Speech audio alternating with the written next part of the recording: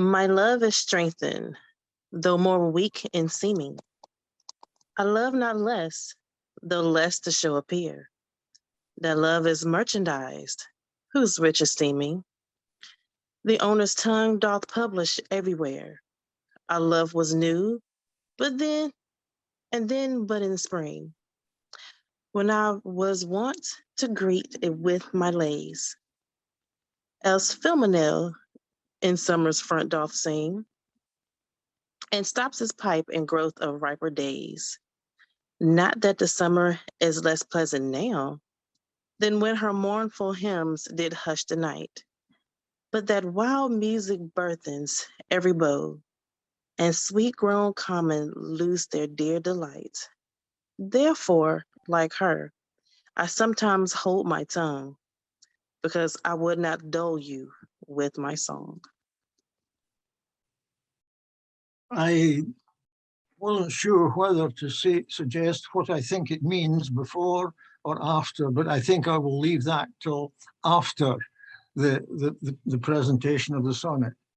One word in the sonnet, I think the word glass is meant to mean mirror, which will add to the meaning of the sonnet. Sonnet 103. Alack, what poverty my muse brings forth, that having such a scope to show her pride, the argument, all bare, is of more worth than when it hath my added praise beside? Oh, blame me not, if I no more can write. Look in your glass, and there appears a face that overgoes my blunt invention, quite dulling my lines and doing me disgrace. Were it not sinful then, striving to mend, to mar the subject that before was well? For to no other pass my verses tend than of your grace and your gifts to tell. And more, much more than in my verse can sit, your own glass shows you when you look in it. To me, fair friend, you never can be old, for as you were when first your eye I eyed, so seems your beauty still. 3 winters cold have from the forest shook 3 summers' pride. 3 beauteous springs to yellow autumn turned. In process of the seasons have I seen 3 April perfumes in 3 hot Junes burned. Since first I saw you fresh, which yet are green. Ah, yet doth beauty like a dial hand steal from his figure, and no pace perceived. So your sweet hue, which methinks still doth stand, hath motion, and mine eye may be deceived, for fear of which, hear this, thou age unbred, ere you were born, was beauty's summer dead. Let not my love be called idolatry, nor my beloved as an idol show. Since all alike my songs and praises be to one of one, still such and ever so. Kind is my love today, and tomorrow kind, still constant in a wondrous excellence. Therefore my verse to constancy confined. One thing expressing leaves out difference. Fair, kind, and true is all my argument. Fair, kind, and true, varying to other words, and in this change my invention spent. 3 themes in one, which wondrous scope affords. Fair, kind, and true have often lived alone, which 3 till now never kept seat in one. When in the chronicle of wasted time, I see descriptions of the fairest wits, and beauty making beautiful old rhyme. In praise of ladies dead and lovely knights, then in the blazon of sweet beauty's best, of hand, of foot, of lip, of eye, of brow, I see their antique pen would have been expressed, even such a beauty as you master now. So all their praises are but prophecies of this our time, all you prefiguring, and for they looked but with divining eyes. They had not skill enough your worth to sing. For we, which now behold these present days, have eyes to wonder, but lack tongues to praise. Not mine own fears, nor the prophetic soul of the wide world dreaming on things to come, can yet the lease of my true love control. Supposed as forfeit to a confide doom, the mortal moon hath her eclipse endured, and the sad augurs mock their own presage. Incertainties now crown themselves assured, and peace proclaims olives of endless age. Now with the drops of this most balmy time, my love looks fresh and death to me subscribes, since, spite of him, I live in this poor rhyme, while he insults o'er dull and speechless tribes, and thou in this shout find thy monument, when triumphs, crests, and tombs of brass are spent. And now the translation in Hindi. ना तो मेरे खुद का डर और ना ही इसके बारे में कोई अटकलें लगाएं। क्या आपने अपने प्रिय के साथ को भी फिर से जुड़ने का प्रयत्न किया है? क्या उसे कोई रोक सकता है? जिससे सबने सोच लिया था कि जिंदगी की जेल में ही बर्बाद हो जाएगा, नश्वर चंद्रमा के ग्रहण का सामना करना पड़ता है और कयामत के भविष्यद्वक्ता अपनी ही भविष्यवाणियों पे हंस रहे हैं। चीजें तो कभी अनिश्चित थीं, अब बीत चुकी हैं।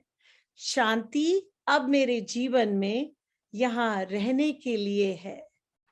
अब इस हसीन समय में नया सा रूप दिखता है और मृत्यु ने मेरे सामने आत्मसमर्पण कर दिया है, क्योंकि मृत्यु की अवहेलना में इस गरीब सी कविता में मैं रहना जारी रखूंगा, जबकि वह मूर्ख और अनपढ़ लोगों पर हावी है, और आप इस कविता में स्मारक बनेंगे। जब अत्याचारी शासन करते हैं, उनकी पीतल से बनी कब्रें भी गायब हो जाती हैं। Thank you. What's in the brain that ink may character, which hath not figured to thee, my true spirit? What's new to speak, what now to register, that may express my love or thy dear merit? Nothing, sweet boy, but yet like prayers divine, I must say each day over the very same, counting no old thing old, thou mine, I thine, even as when first I hallowed thy fair name. So that eternal love in love's fresh case weighs not the dust and injury of age, nor gives to necessary wrinkles place, but makes antiquity for aye his page, finding the first conceit of love their bread, where time and outward form would show it dead. Thank you. Oh, never say that I was false of heart, though absence seemed my flame to qualify. As easy might I from myself depart, as though from my soul in which rest doth lie. That is my home of love, if I have ranged. Like him that travels, I return again.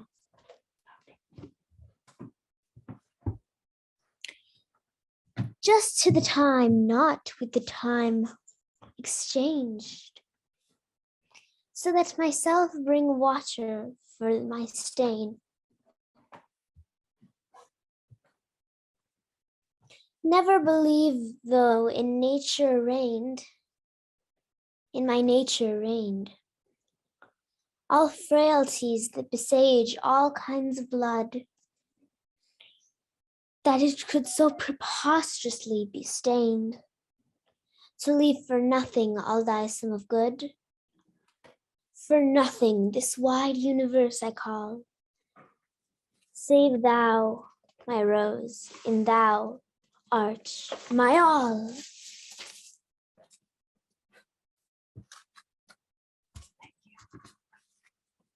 Thank you. Alas, 'tis true. I have gone here and there and made myself a motley to the view, gored mine own thoughts, sold cheap what is most dear, made old offenses of affections new. Most true it is that I have looked on youth, askance and strangely, but by all above, these blenches gave my heart another youth, and worse essays proved thee my best of love. Now all is done. Have what shall have no end. Mine appetite I nevermore will grind. On newer proof to try an older friend, a God in love, to whom I am confined. Then give me welcome. Next my heaven the best, even to thy pure and most loving breast. Oh, for my sake, do you with fortune chide, the guilty goddess of my harmful deeds, that it did not better for my life provide than public means which public manners breeds. Thence comes it that my name receives a brand, and almost thence my nature is subdued to what it works in, like the dyer's hand. Pity me, then, and wish I were renewed, whilst, like a willing patient, I will drink potions of Isel 'gainst my strong infection. No bitterness that I will bitter think, nor double penance to correct correction. Pity me then, dear friend, and I assure ye, even that your pity is enough to cure me. Your love and pity doth the impression fill, which vulgar scandal stamped upon my brow. For what care I who calls me well or ill? So you, Evergreen, my bad, my good, allow. You are my all the world, and I must strive to know my shames and praises from your tongue, none else to me, nor I to none alive, that my steeled sense or changes right or wrong, in so profound abysm I throw all care of others' voices, that my adder's sense to critic and to flatterer stopped are. Mark how with my neglect I do dispense. You are so strongly in my purpose bred, that all the world besides me thinks you're dead. Since I left you, mine eye is in my mind, and that which governs me to go about, thus part his function and is partly blind, seems seeing, but effectively is out. For it no form delivers to the heart of bird, of flower, or shape which it doth latch. Of his quick objects hath the mind no part, nor his own vision holds what it doth catch. For it see the rudest or gentlest sight, the most sweet favor of the formest creature, the mountain or the sea, the day or the night, the crow or dove, it shapes them to your feature, incapable of more, replete with you. My most true mind thus makes mine untrue. Or whether doth my mind, being crowned with you, drink up the monarch's plague, this flattery? Or whether, shall I say, mine eye saith true, and that your love taught it this alchemy, to make of monsters and things indigest such cherubims as your sweet self resemble, creating every bad a perfect best, as fast as objects to his beams assemble. Oh, 'tis the first. 'Tis flattery in my seeing, and my great mind most kingly drinks it up. Mine eye well knows what with his gust is greeing, and to his palate doth prepare the cup. If it be poisoned, 'tis the lesser sin that mine eye loves it and doth first begin. Those lines that I have before do lie, even those that said I could not love you dearer. Yet then my judgment knew no reason why my most full flame should afterwards burn clearer. But reckoning time, whose millioned accidents creep in twixt vows and change decrees of kings, tan sacred beauty, blunt the sharpest intents, divert strong minds to the course of altering things. Alas, why, fearing of time's tyranny, might I not then say, now I love you best, when I was certain or in certainty, crowning the present, doubting of the rest. Love is a babe. Then might I not say so, to give full growth to that which still doth grow? Let me not to the marriage of true minds admit impediments. Love is not love, which alters when it alteration finds, or bends with the remover to remove.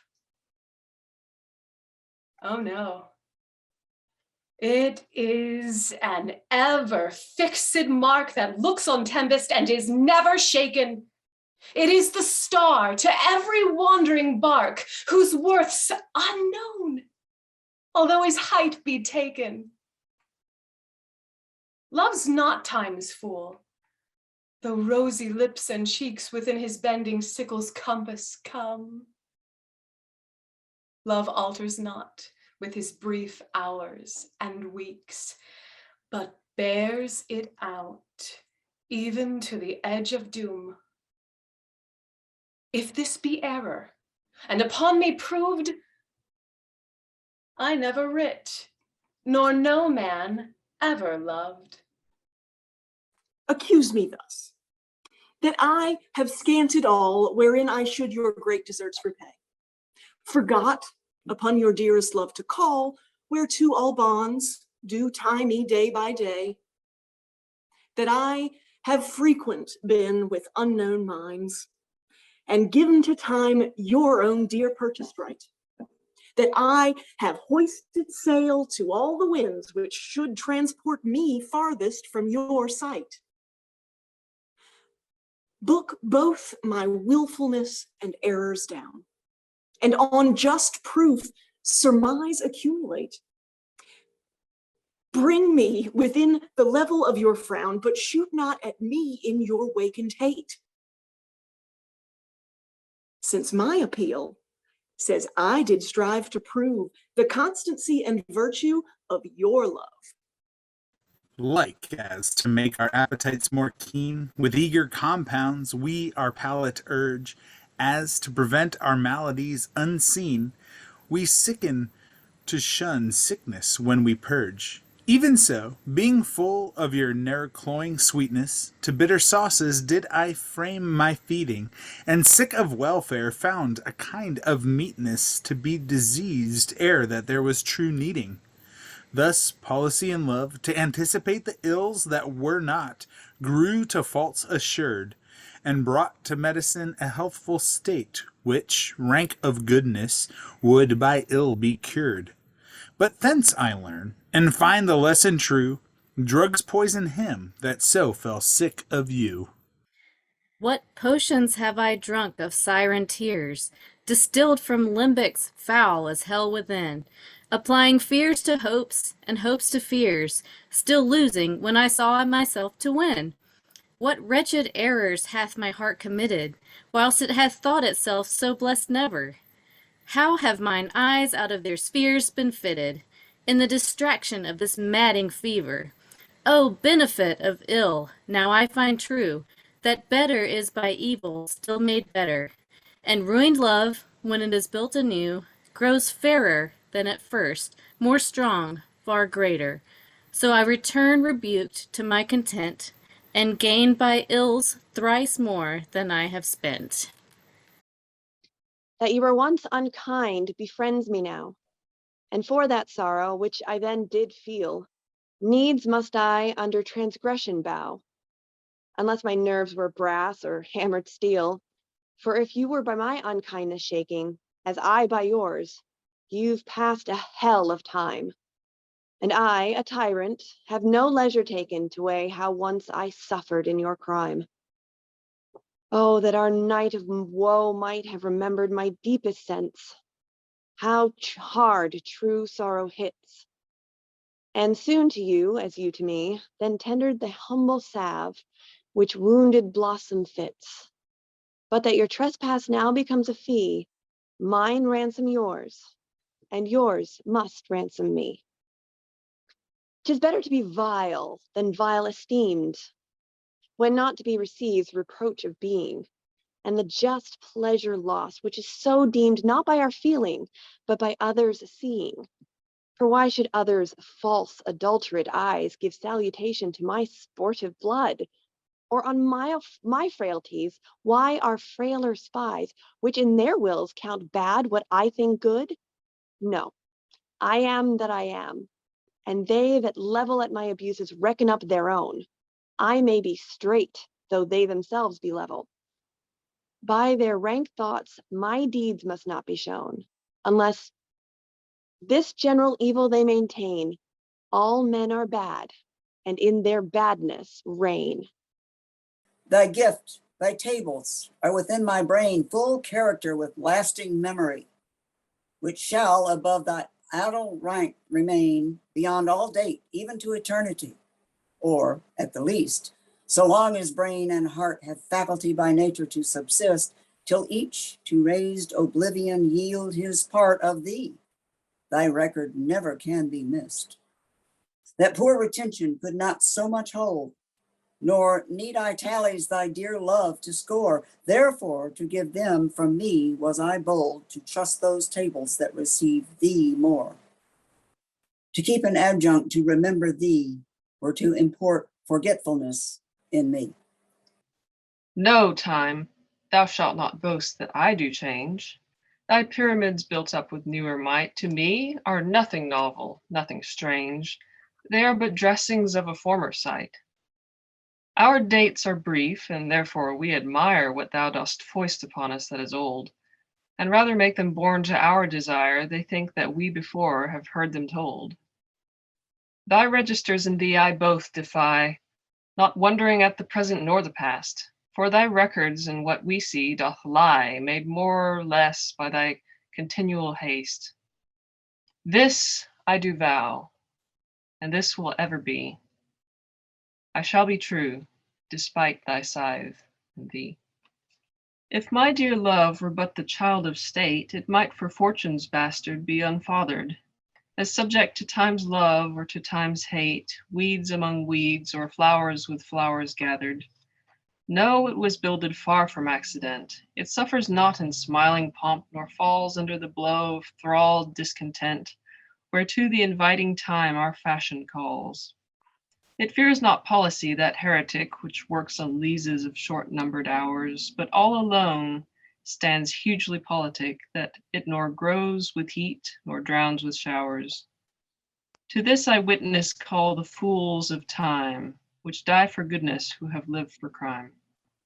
Were it aught to me, I bore the canopy, with my extern the outward honoring, or laid great bases for eternity, which proves more short than waste or ruining.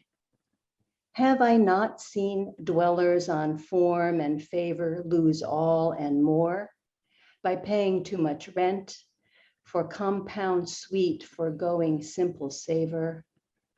Pitiful thrivers in their gazing spent. No, let me be obsequious in thy heart, and take thou my oblation, poor but free, which is not mixed with seconds, knows no art, but mutual render, only me for thee.